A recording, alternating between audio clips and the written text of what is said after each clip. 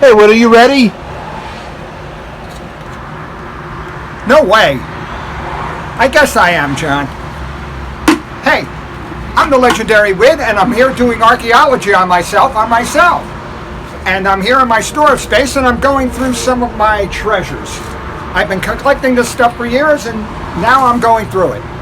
But this is part 2, actually, ladies and gentlemen. Part 2 of a mystery bag or baggage or box that I got. This nice polka dot tan shoes, pink shoelaces, a polka dot vest and there.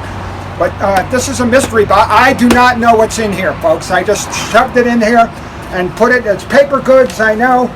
Let's see what kind of paper I kept in here. Ephemera.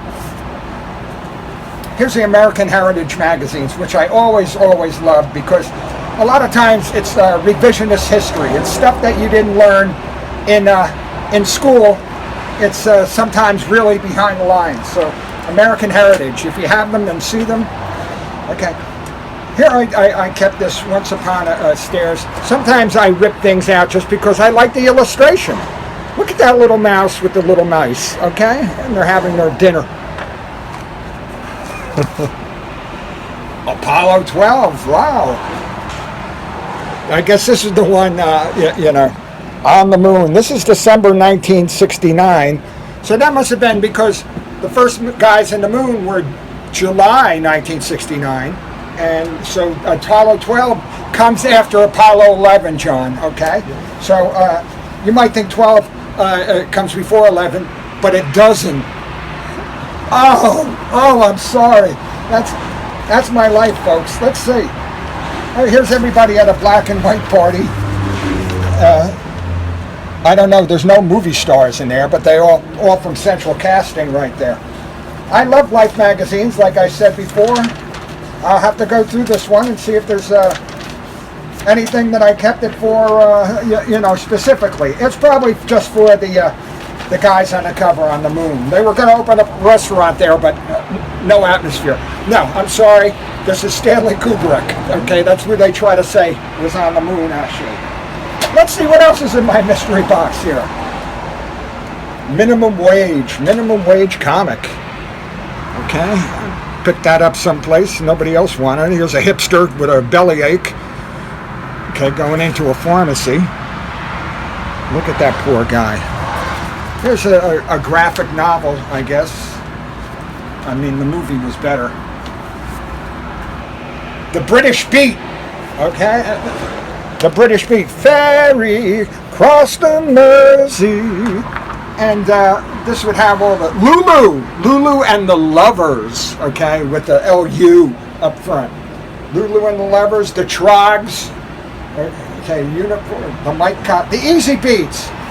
Monday I've got Friday on my mind.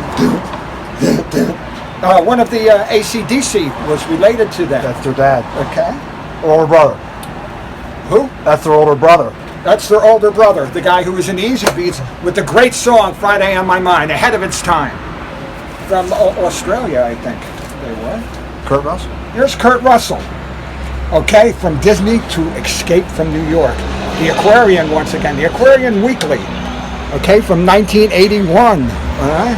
And this is, seem to have a lot of things from 1980. Here's the Police playing again. This is we're looking at live, let's see who's there. Oh, the Blushing Brides there were a lot of Rolling Stone sort of fakers out there, okay? Like Sticky Fingers and over here, the Blushing Brides. They're not brides at all. Another one of them. Desperados. Okay, here's a Western. Welcome to Stay a While. Okay, if they want to stay a while, I got all these people shooting off. Here's another one of the, this is probably the second one that I have of this, but I collected it because of, everybody's heroes were the astronauts back then. Hunger Against Heroes. Heroes Against Hunger, I'm so sorry. Now, heroes, before they were defined as, policemen or firemen or people who work at, of gas stations when there's a shortage, or there's a lot of heroes those days. But in the old days, the only heroes were Superman and Batman. Okay, and look at all these starving people behind them. It's Lex Luthor telling Superman to help the starving. Wow, that is heavy. Here's Batman and Superman together. I don't know what they're doing there, but they're together. But this is a Teen Titans Spotlight, okay, a special edition, and it says, look, all proceeds go to relieve hunger in Africa. So, hey, Superman just wasn't a poser and a reporter. He was also a humanitarian. He's up there. He's up there.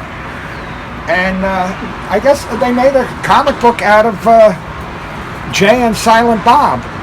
And it's ironic that he went into the comic book business. I was actually on that show in the background one time. It's right there in Red Bank, New Jersey. And let's see, one more thing we'll have here. Not that one, I guess. Oh, all right. Ladies and gentlemen, here it is, Casino Royale. All right, this is an old James Bond book. Look, the 007 up there in the corner. We all love Ian Fleming. Okay, he was with the OSS. Okay, he was a spy himself, and he wrote about his things. James Bond, we know, was an author of The Birds of the Caribbean.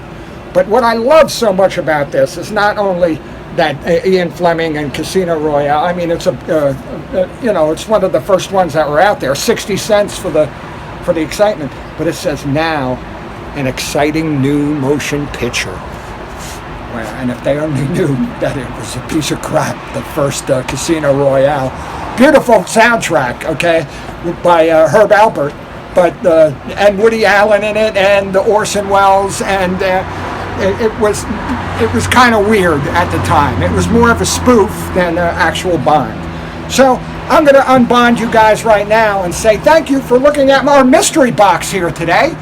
Okay, this is part 2, and I think that hats off to Larry. I think that we got a lot of stuff in here, and we might do part 3 of this mystery box. Thank you.